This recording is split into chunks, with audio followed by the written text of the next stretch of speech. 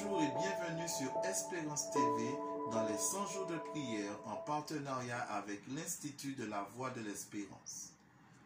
Heureux de vous retrouver, chers amis internautes, pour notre rendez-vous hebdomadaire de prière qui entre dans sa 8e semaine et qui a débuté depuis le 27 mars. Notre thème central, appeler Jésus dans notre besoin urgent. Aujourd'hui, plus que jamais, le contexte de vie quotidienne que nous a imposé le Covid-19 nous appelle à faire preuve de solidarité, d'entraide et de fraternité. Si par le passé, la notion d'entraide demeurait une définition pour moi, désormais, c'est une obligation morale de porter assistance à autrui. Dans Ésaïe 58 au verset 7, il nous est dit « Partage ton pain avec celui qui a faim et fais entrer dans ta maison les malheureux sans asile. Si tu vois un homme nu, couvre-le et ne te détourne pas de ton semblable. » Dieu nous invite à être acteurs des actions favorables que nous porterons à ceux qui nous entourent. Alors, engageons-nous, c'est l'appel que nous lance notre Seigneur aujourd'hui, chers amis internautes. Notre texte du jour, Actes chapitre 4, verset 32. La multitude de ceux qui avaient cru n'était qu'un cœur et qu'une âme. Nul ne disait que ses biens lui appartinssent en propre, mais tout était en commun entre eux. Dans ce texte, il nous est présenté une scène de la vie courante de l'Église de cette époque des plus authentiques et réalistes, où seul le bien-être et le confort de l'autre comptent. Un bonheur parfait, un lieu des plus confortables où chacun a une place. Nous aussi, nous pouvons le faire. Notre citation du jour nous est tirée du livre Conquérant Pacifique à la page 64. Soyez attentifs. Un intérêt commun les dirigeait, le succès du mandat qui leur était confié et la cupidité trouvaient aucune place dans leur vie. L'amour de leurs frères et de la cause qu'ils avaient épousée était plus grande que celui de l'argent et des biens matériels. Leurs œuvres attestaient que le salut des âmes avait pour eux une bien plus grande valeur que toutes les richesses terrestres. Il en sera toujours ainsi lorsque l'Esprit de Dieu prendra possession d'une vie. Nous croyons que les paroles qui ont été inspirées à l'auteur de ce livre frappent à la porte de votre cœur, chers amis. Nos questions à méditer du jour sont les suivantes.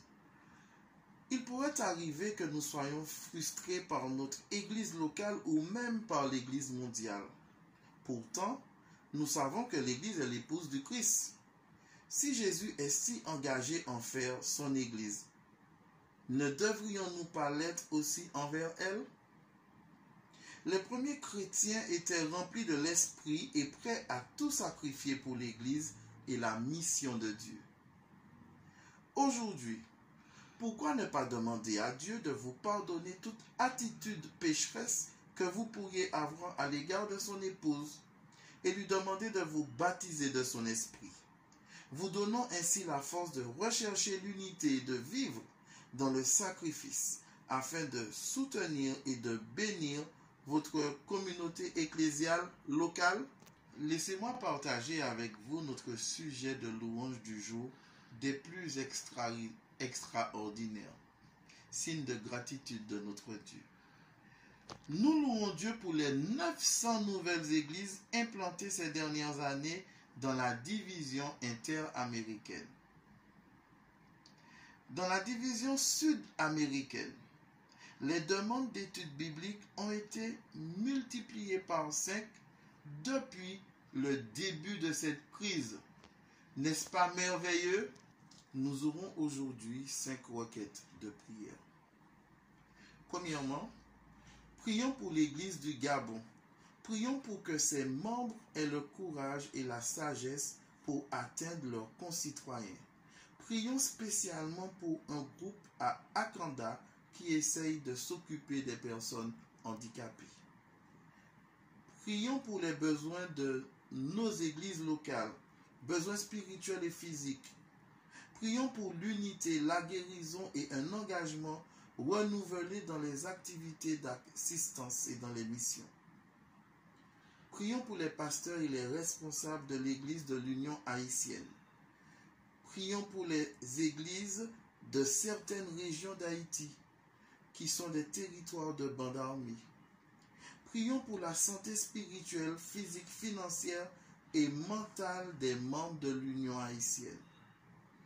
Prions pour les membres qui ont une vision erronée ou tordue des doctrines et qui tentent activement de tromper les autres.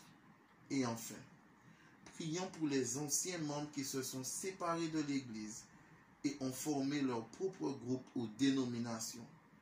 Prions pour qu'ils soient conduits vers la vérité. Je vous invite maintenant à incliner la tête pour une courte prière. Tendre Père Céleste, nous voudrions te remercier infiniment car tu nous as donné gratuitement la vérité, tout comme tu nous as donné aussi ton Fils unique qui s'est livré à la croix pour chacun d'entre nous. Tu tiens, tendre Père, à nous inviter une fois de plus aujourd'hui à renouveler notre engagement envers toi, mais envers notre prochain. Merci, tendre Père, d'être présent dans nos vies par ton esprit et de nous redonner l'énergie nécessaire afin d'accomplir ta mission. Nous t'en prions en Jésus et pour ta seule gloire. Amen. Nous vous remercions, chers amis internautes, pour votre fidélité